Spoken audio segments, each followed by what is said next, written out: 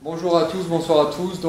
Ce soir, on a un séminaire sur le conflit d'intérêts dans le contexte actuel. On est très heureux d'accueillir le professeur Dominique Maranenki en visio, qui est notamment un des précurseurs de la greffe de moelle en hémato en France et qui a été directeur de la NSM. Il y a M. Azalbert qui sera là après. Et puis on va demander, on accueillera Jean-Louis Mège et Laurence Camoin sur le conflit d'intérêts au niveau réglementation, législation et éthique aussi, Yanis Roussel, moi et M. Raoult. Je vous remercie. Bon, donc je vais donc introduire le séminaire. Donc vous m'en voudrez pas s'il y a quelques généralités. Je vais insister essentiellement sur les définitions et aussi sur les pratiques. Je déclare n'avoir aucun lien d'intérêt personnel ou familial avec des entreprises de produits de santé. Déclaration qui, je le rappelle, est obligatoire lors de toute prise de parole publique par un médecin et notamment un universitaire. Donc, je vais couvrir trois domaines. Une définition des conflits d'intérêts, et qui ne fait jamais de mal, parce que parfois on parle à côté du sujet. Parler ensuite des liens et conflits d'intérêts d'ordre financier, en ce qui concerne la médecine. Donc là, on rentre dans le vif du sujet, mais aussi les conflits d'intérêts d'ordre intellectuel et notamment de nouveaux risques qui peuvent apparaître dans ce champ.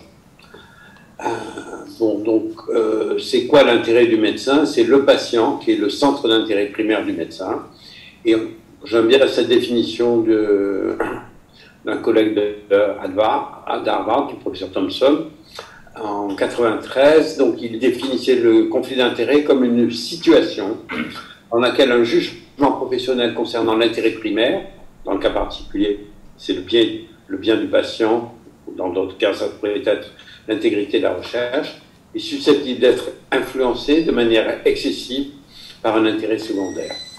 Donc, il est très important qu'on garde en tête qu'il doit y avoir un intérêt primaire, et s'il y a des intérêts secondaires, ils ne doivent pas polluer l'intérêt primaire. Donc, très important aussi, le conflit d'intérêt, c'est une situation et non pas un résultat. Cette situation à risque augmente avant tout la probabilité de juger de façon biaisée, unilatérale et partiale.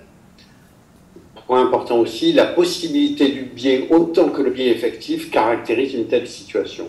Donc, vous voyez, on est dans une ambiance qui est un peu inhabituelle, mais c'est la réalité, puisqu'elle a été même stipulée, et c'est très rare, dans la loi, avec une définition positive du conflit d'intérêt, dans la loi d'octobre 2013, relative à la transparence de la vie publique.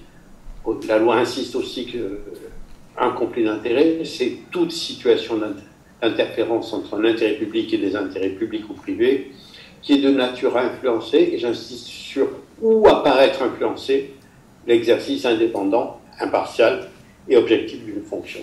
On comprend donc que ce qui est très important en médecine et aussi en sciences, c'est évidemment de prévenir tout conflit d'intérêt pour que ceux qui reçoivent une position n'aient pas de doute à avoir sur des intérêts secondaires qui auraient poussé cette prise de position. Donc la prévention des conflits d'intérêts, c'est une histoire d'éthique, c'est-à-dire la science morale, la science des mœurs, mais c'est aussi une histoire de déontologie, c'est l'application du devoir, et la déontologie, on doit la définir et la redéfinir, probablement l'appliquer dans chaque institution. Donc rappelons que les médecins prononcent le soi-disant serment d'Hippocrate. Je dis soi-disant parce que c'est pas tout à fait sûr que Hippocrate ait employé ces termes, on ne le saura jamais. Mais les termes sont beaux, je ne me laisserai pas influencer par la soif du gain ou la recherche de la gloire, et le bien de patient au-dessus de tous les autres biens. Donc c'est une très bonne définition des intérêts primaires et de la prévention d'intérêts secondaires. Vous avez sur la droite une diapositive que je vous avais déjà présentée, qui est Hippocrate refusant les présents des rois perses qui voulaient avoir l'exclusivité de sa science et de son savoir. Voilà, et le code de déontologie médicale, enfin, stipule que, est un bon guide pour la prévention des conflits d'intérêts, puisque la déontologie médicale, c'est une nécessité la prévention des conflits d'intérêts découle des exigences déontologiques de probité, loyauté, impartialité, indépendance. On reviendra pas mal sur ce terme indépendance. Donc, en médecine, des conflits d'intérêts ont des effets nocifs potentiels variables. Évidemment, ce qui concerne les recommandations de sociétés savantes ou dites savantes, ou d'agences publiques qui s'appuieraient sur des opinions d'experts. En matière de publication scientifique, lors de l'enseignement des études médicales, où les enseignants sont pris un exemple. Je vous rappelle quand même que lorsqu'on fait des cours, on est supposé faire sa déclaration d'intérêt publiquement devant les étudiants. Je ne suis pas sûr que ça soit appliqué tout le temps, mais c'est une mesure qui ne coûte pas cher, qui consisterait à être très transparent et appliquer la loi. Les formations médicales continuent. De façon plus concrète, les décisions des médecins. Les médecins est un corps professionnel qui passe son temps à faire des décisions qui reposent sur un trépied qui est l'expérience clinique, les données de la recherche ou de la connaissance et les préférences du patient. Et c'est autour de ce trépied que la décision médicale est prise, et on peut comprendre que s'il y a des intérêts secondaires qui influencent cette décision, là on peut déboucher sur des circonstances assez graves, et en tous les cas hors de la vocation de la médecine.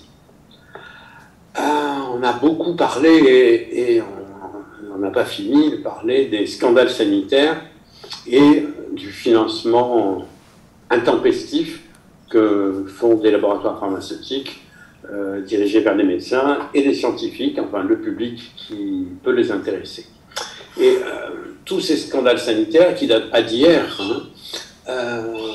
ont amené le législateur à formuler beaucoup de textes de loi qui figurent dans le Code de santé publique.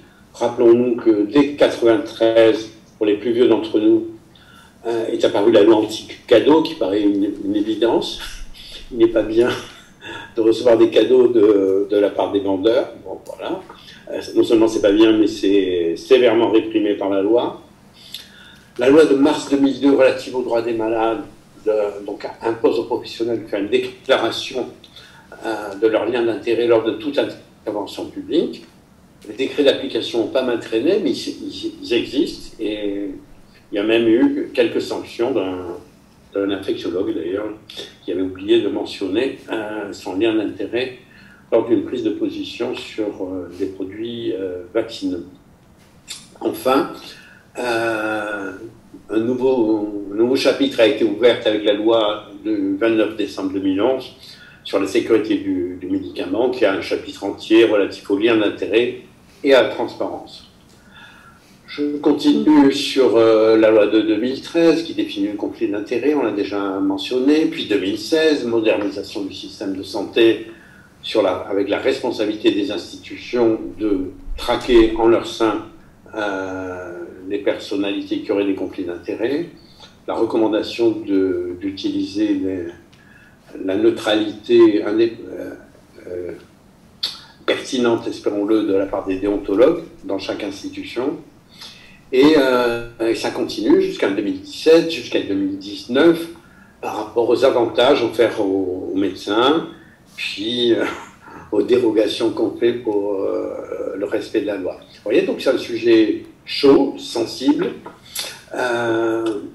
et sur lequel le législateur, malheureusement, a été obligé de se pencher, dans la mesure où les professions n'ont pas fait leur ménage, ou n'ont pas changé leurs usages au fil du temps. Donc, pourquoi c'est... quand on discute avec des collègues, on s'aperçoit que très souvent, les textes de loi ont évolué beaucoup plus vite que la mentalité des collègues. Être en situation de conflit d'intérêt pourrait générer chez ceux qui le ressentent une dissonance cognitive, c'est-à-dire un inconfort psychologique, une sensation de malaise qui survient quand nos actions sont en désaccord avec nos valeurs et amènerait à se trouver des excuses, déni, minimisation, tout le monde fait ça, mais je touche de tout le monde, comme ça je ne favorise personne, pour essayer de trouver une certaine cohérence par rapport à une situation qui ne l'est pas. Voilà, et donc il y a beaucoup de pratiquants qui essaie de prévenir la dissonance cognitive. Et le plus récemment, c'était lors du procès Mediator, devant le tribunal. Les experts accusés de conflit d'intérêts ont pratiqué l'esquive en demandant à la présidente, par exemple, pour vous, c'est quoi un conflit d'intérêts? Donc des tas de dénis qui seront prochainement jugés. Car si avoir un lien d'intérêt ou un conflit d'intérêt n'est pas en soi un délit, la corruption ou la prise illégale d'intérêt le sont. Et bien évidemment, c'est la conséquence possible de tout conflit d'intérêt. Donc, une fois de plus, il vaut mieux prévenir que d'avoir à traiter une dérive qui irait jusqu'à la prise illégale d'intérêt. Entre parenthèses, les premières sanctions commencent sur les prises illégales d'intérêt. Alors, quand on parle de conflits d'intérêts, on va en parler toute l'après-midi, il y en a, ils sont de nature différente. Je voudrais insister quand même sur les conflits d'intérêts d'ordre financier, car ils sont clairs, faciles à mesurer, et parfois tout à fait spectaculaires. Donc c'est peut-être ceux qu'on devrait ou pourrait prévenir le plus aisément. Je n'oublierai pas les autres conflits d'intérêts. L'argent. L'argent, d'où il vient? Il vient des laboratoires qui vendent des produits de santé. Pour le dire de façon encore plus concrète, c'est les médicaments. Le marché du médicament en France, en 2019, c'était quand même 30 milliards d'euros, d'après les chiffres du lait. Et 93% de ce marché se fait en PMO. Alors pour les non-initiés, PMO, ça veut dire prescription médicale obligatoire. Donc, c'est les médecins qui ordonnent les médicaments. Et ça peut être un enjeu pour les vendeurs de médicaments d'influencer la prescription des médecins pour qu'ils prescrivent leurs médicaments. Je vous rappelle qu'il y a de l'ordre de 10 000 substances qui ont une AMM en France et que le gâteau est difficile à partager. Et donc, on fait du marketing auprès du prescripteur. Donc, ce n'est pas une vraie loi de marché, d'accord, hein, on n'est pas sur la fonction d'utilité qu'il y a dans le marché en général. Donc, le marché, pour peu que ça soit utile, ne marchera pas du tout pour réguler la pratique. Puisque là, c'est simple, il suffit de taper sur d'influencer les prescripteurs. Et d'ailleurs, lorsqu'on regarde, ça c'est un papier de Nature, si mes souvenirs sont bons, la part du financement, la part des ressources mises par les grandes firmes pharmaceutiques, que ce soit dans la recherche, dans la distribution de profits aux actionnaires ou au marketing, on s'aperçoit que la part la plus importante des firmes, avec des variations selon les années et selon les firmes, effectivement prise par le marketing et la force de vente, puisqu'ils sont sur un marché qui est concurrentiel entre eux, et donc il faut essayer de toucher les médecins, donc ils prescrivent le produit A et pas le produit B. Alors, un grand changement quand même dans notre pays, qui arrive après les États-Unis, où il y avait déjà eu un Sunshine Act, c'est-à-dire l'ouverture de la transparence sur les financements accordés par les industriels à des professionnels de santé. Donc la loi impose que le gouvernement installe une base transparence santé qui va détailler tout ce que reçoivent on va dire les médecins, pour faire simple, pour commencer, en termes d'avantages, en termes de rémunération et en termes de convention.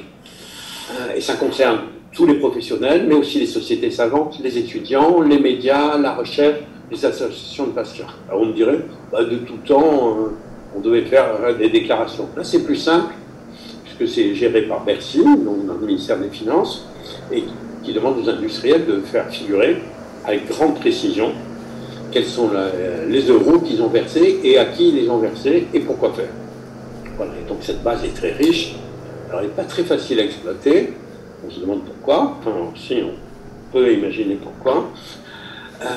Mais il y a une nouvelle application faite par des collègues de Eurofordoc qui permet en tous les cas à tout un chacun de taper un nom et de savoir immédiatement tout ce qu'il a touché pendant les années qui précèdent. Et quand on utilise Eurofordoc, par exemple dans cette revue de Pharma Papers, on s'aperçoit que il y a beaucoup d'argent quand même. En 5 ans, par exemple, les 10 plus grands laboratoires ont versé 13 milliards d'euros. C'est pas mal en France. Hein. Ils ont versé avant tout à des professionnels de santé ou des sociétés savantes ou dites savantes. Donc c'est quand même colossal. Vous verrez qu'ils versent aussi à des presses, à des médias, à la presse, à des médias.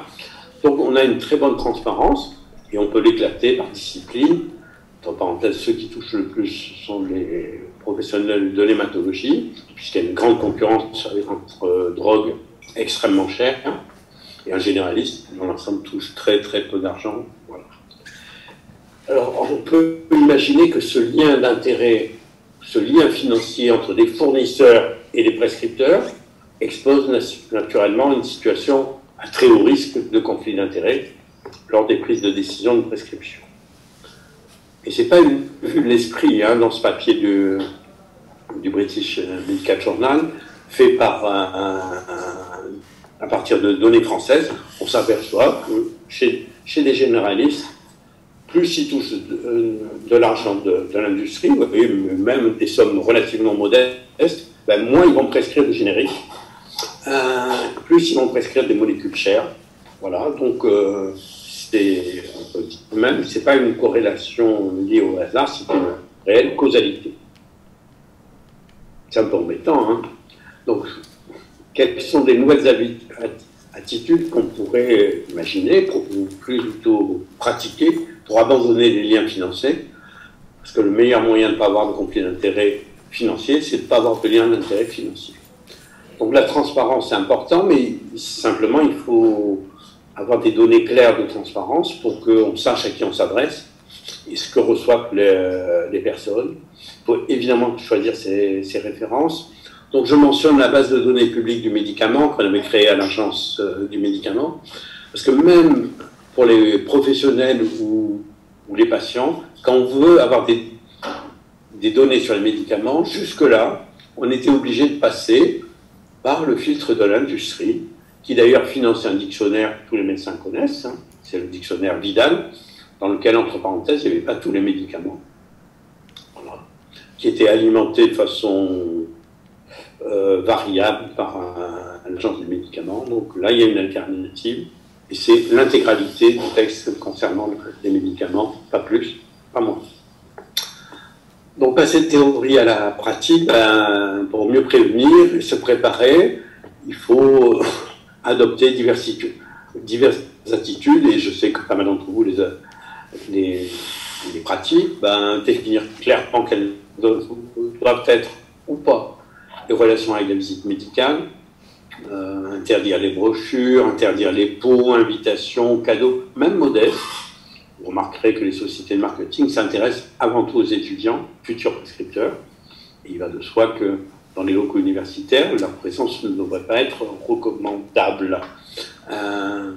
Voilà, donc éviter de participer à des réunions, à des colloques, des réunions, et en routine, identifier les liens d'intérêt de ces interlocuteurs. Finalement, avec un clic PubMed et un clic Eurofordoc, on sait exactement à qui on s'adresse.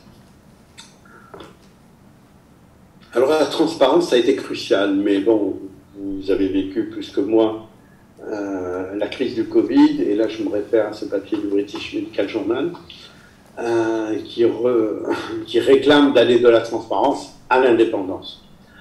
C'est le seul moyen de prévenir les conflits d'intérêts financiers, c'est-à-dire les médecins, les chercheurs doivent être totalement indépendants de la part vis-à-vis des intérêts commerciaux.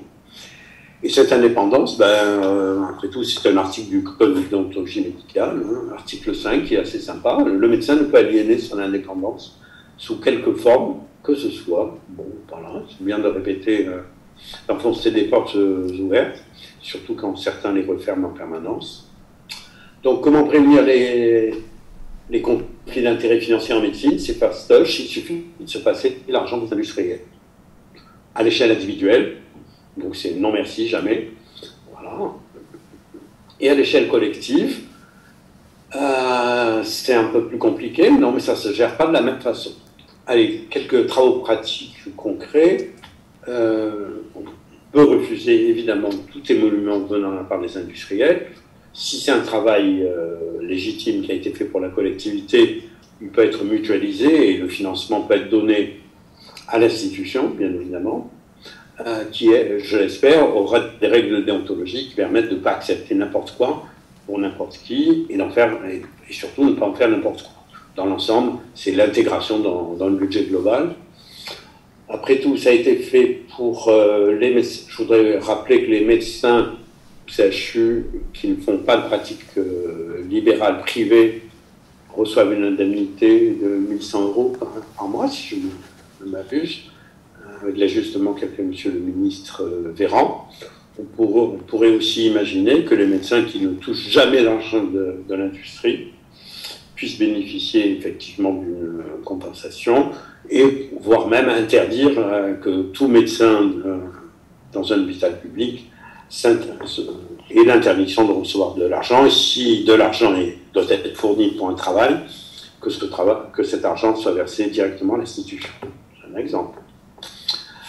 Voilà, donc je ne vais pas tout mettre sur les liens d'intérêt financiers, d'autant que chaque fois on dit oui, mais vous savez, il y a beaucoup d'autres choses, hein, il y a des liens intellectuels qui sont encore plus prenants, comme la carrière, le pouvoir, la capacité à obtenir des fonds de recherche, la notoriété, devenir un key opinion leader, le prestige personnel, la reconnaissance professionnelle, etc.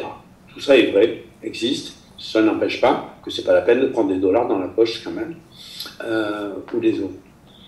Donc ces conflits d'intérêts s'illustrent notamment dans les dysfonctionnements qui sont induits notamment par la course assez effrénée à la publication scientifique. Encore une fois, je ne porte aucun jugement, je voudrais simplement dire qu'on vit des situations à risque de conflits d'intérêts avec l'évolution du dispositif de publication. La publication scientifique, il n'y a pas mieux. Puis en termes de valeur sociétale, il n'y a pas mieux. C'est publier, c'est transformer de la connaissance en bien public. C'est un partage des savoirs, des biens. Ça impose la transparence, l'humilité, l'objectivité de la démarche et des résultats qui ne plaisent pas à tout le monde, c'est connu. Mais c'est comme ça que ça se fait. Et la valeur est jugée sur la valeur scientifique et non pas monétaire. Voilà, donc une fois qu'on a publié, eh bien, on sait qu'on a transformé son travail en un bien public, partageable sur la planète. L'ennui, c'est qu'il peut y avoir des publications et des fraudes qui se glissent dans les publications. Donc, c'est bien connu, je ne vais pas rentrer dans les détails, mais quelques typologies, on voit que là, on vise des dysfonctionnements qui peuvent générer des situations assez graves, hein. La falsification de données, la fabrication de données, le plagiat, c'est pas si rare que ça, mais aussi le non-respect des règles éthiques, no comment, l'existence de conflits d'intérêts, simplement, dans une publication qui serait dissimulée, le système de republication, qu'on pourrait appeler MeToo, c'est-à-dire, je le resserre N fois sous une forme variée, la dissimulation de données, qui est un vrai souci, et l'usage malheureusement assez répandu des ghostwriters, qu'on appelle scientific writers dans le monde de l'industrie pharmaceutique, qui écrivent à la place simplement des auteurs, et on sait qui les paye, et donc on peut imaginer quel peut être le résultat. Voilà, alors les motivations des fraudes dans les publications scientifiques pourraient être la soif de notoriété, l'imposture idéologique, l'intérêt financier, ne l'oublions pas. Parce qu'au final, cette renommée finit par rapporter quelque chose. Et l'ensemble, il faut reconnaître, est stimulé par la compétition et la prolifération actuelle de publications, dans le cadre des injonctions académiques que nous avons faites, et de la pression éditoriale qui est de plus en plus tendue. Donc, l'incantation publish or perish, malheureusement, est en train de devenir une injonction qui est de plus en plus pratiquée et qui peut être redoutable dans ses effets. Voilà, donc, les publications, il y en a beaucoup quand même. 800 000 en 2000, 1,8 million en 2015. Pour chaque jour, 5000 articles. Bon, est-ce que tout le monde les lit? Est-ce qu'on lit que les abstracts ou que les press releases? puisque vraiment, ce sont des articles originaux. En plus, on vit une accélération des délais du reviewing à l'édition, et avec divers effets pervers. MeToo, moi aussi, j'ai trouvé ça, pourvu que je sois dans le courant, que ça fasse le buzz. Et vous avez cette diapo que vous connaissez et vivez mieux que moi, sur ce qui s'est passé autour de la cascade de publications sur le coronavirus, qui est excitante, il faut le reconnaître, mais qui est quand même hors du commun de la vision scientifique. Puisqu'on parle de valeur, c'est quoi la valeur d'une publication scientifique? Et donc ces dernières années, la bibliométrie s'est installée. On mesure la science, le cerveau du scientifique, on mesure pour classer et on classe pour jauger la valeur de la publication de la revue du chercheur, mais finalement de l'université, parce que ce qu'on attend dans le classement de Shanghai, voilà, tous les 15 août, c'est tout le monde veut savoir si on est dans le top 50, mais qu'est-ce que ça change? Bon, en France, pas grand-chose finalement, sauf de parler dans les journaux. Dans le reste du monde, c'est les droits d'inscription de l'université qui varient en fonction du classement dans le classement de Shanghai. Allez, continuons sur la course à la valeur des sciences. Vous connaissez mieux que moi les points SIGAX. Et donc un MCU, ça pèse plus de 200, un PU, ça pèse plus de 400. C'est des définitions assez nouvelles tout de même, assez étranges sur la valeur. Et en plus, ces points, c'est de l'argent quand même. Bon, voilà. Un point, c'est 648 €. Donc, je fais rentrer des points, je fais rentrer de l'argent. Tout ça pour dire que on est aussi dans un système qui peut être incitatif à la prolifération de publications ou à une manière de faire des publications qui ne garantissent pas tout à fait l'intérêt de la connaissance. Donc, il y a des risques de conflit d'intérêts en se consacrant beaucoup aux intérêts secondaires. Je ne parlerai pas de l'H-index. Là aussi, il suffit de connaître l'algorithme pour l'améliorer. Et sans oublier quand même que la publication scientifique, ça se fait dans une ambiance mondiale et de coopération qui est superbe, mais aussi de compétition extrêmement féroce et avec des enjeux qui sont géopolitiques, mais aussi financiers, ne nous le cachons pas. Voilà, puis arrivent les nouvelles technologies, donc là, c'est une nouvelle manière de communiquer la science, et je félicite l'IHU, en tous les cas, d'avoir été à l'avant-garde dans ce domaine, mais c'est une autre manière de voir le partage de connaissances, et il va falloir apprendre à gérer la transparence de ce nouveau type de médias. Donc, manager des conflits d'intérêts, c'est compliqué, il y a des forces qui s'opposent, mais après tout, on est là aussi pour trancher. Et une des meilleures manières de trancher ces conflits d'intérêts collectifs, en tous les cas, et qui touchent